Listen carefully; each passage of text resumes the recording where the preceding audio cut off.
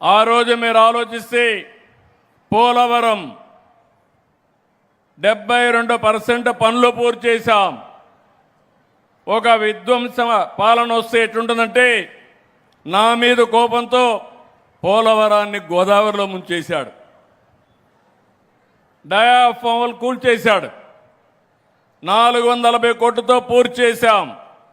తిరిగి మళ్ళీ 1000 కోట్ల రూపాయలు ఖర్చు పెట్టి ఆ పని కూడా పూర్తి చేసి నిన్నే కేంద్రం 1300 కోట్లు మళ్ళా ఇచ్చారు. రేపు గోదావరి పుష్కరాల కంటే ముందు పోలవరం ప్రాజెక్టుని జాతికి అంకితం చేసే బాధ్యత ఈ ప్రభుత్వం తీసుకుంటుంది. దీనివల్ల కృష్ణా డెల్టాకు నీళ్లు వస్తాయి. రాబోయే రోజుల్లో నాగార్జున సాగర్కు నీళ్లు తీసుకొస్తాం.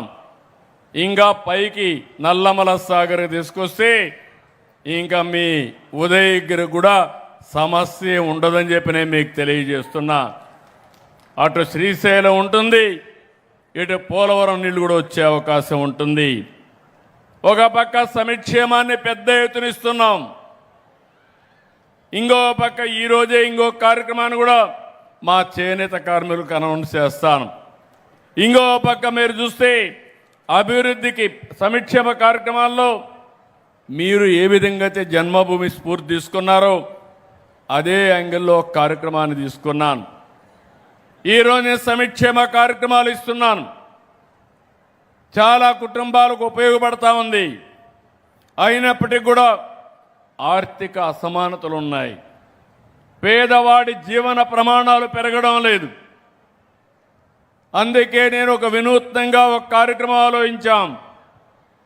అదే P4, public private peoples partnership. అంటే డబ్బులుండే వాళ్ళు డబ్బులు లేని వారికి సహాయం చేయడం సామాజిక బాధ్యత. మొన్న తిరుపతిలోనే మొదటి సంవత్సరం పూర్తి చేసుకుని ఆ కార్యక్రమాన్ని నిర్వహించాం. ఇక్కడ మీరు గుర్తుపెట్టుకోవాల్సింది మార్గదర్శి బంగారు కుటుంబం అంటే MBK. పైనుండే 10%, కింద నుండే 20% దత్తత తీసుకోవాలి. ఇప్పుడు ప్రభాకర్ రెడ్డి గారు ఉన్నారు, ఆయన వ్యాపారాలు చేస్తున్నాడు, 10 రూపాయలు సంపాదించాడు, ట్రస్ట్ పెట్టాడు, ట్రస్ట్ ద్వారా పనులు చేస్తున్నాడు. నేను తీసుకున్న వినూత్నమైన కార్యక్రమం ఇంకొక స్టెప్ ముందుకెళ్తున్నాం.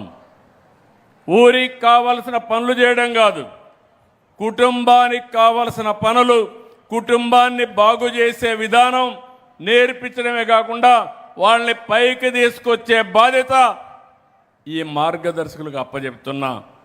నిన్నే అదాని వస్తే 25,000 కుటుంబాలని దత్తత తీసుకోవడానికి సిద్ధంగా ఉన్నారు.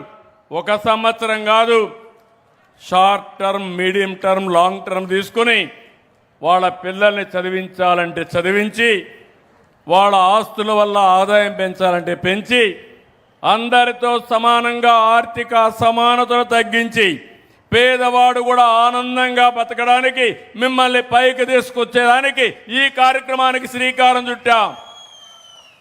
ఈ కార్యక్రమం భవిష్యత్తులో పెను మార్పులకు దారితీస్తుంది. ఈరోజు సమాజంలో మీరు ఒకసారి గుర్తుపెట్టుకోవాలి, అభివృద్ధి జరుగుతూ ఉంది.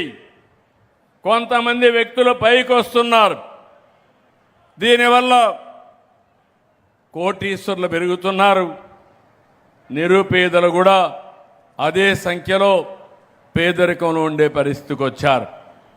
ఈ ఆర్థిక అసమానతను తగ్గించాలి. ఈ ఆర్థిక అసమానతను తగ్గించడానికి ఒకే ఒక మార్గం, అదే P4 అని చెప్పి కూడా నేను మీకు తెలియజేస్తున్నా. ఇంకో పక్క అభివృద్ధి కావాలి. ఈరోజు నేను సంక్షేమ కార్యక్రమాలు చేస్తున్నాను. సంక్షేమం చేయాలంటే డబ్బులు కావాలి. డబ్బులు కావాలంటే అభివృద్ధి జరగాలి. దానివల్ల ఆదాయం పెరుగుతుంది, ఉద్యోగ అవకాశాలు పెరుగుతాయి. ఈరోజు నెల్లూరు జిల్లా కేంద్రంగా చేసుకుని అనేక అభివృద్ధి కార్యక్రమాలకు ముందుకు పోతున్నాం. ఈ జిల్లాకు ఉండే అడ్వాంటేజ్ వేరే జిల్లాకు లేదు. పోర్ట్లున్నాయి, అదే మరి ఎయిర్పోర్ట్ వస్తుంది. ఇంకో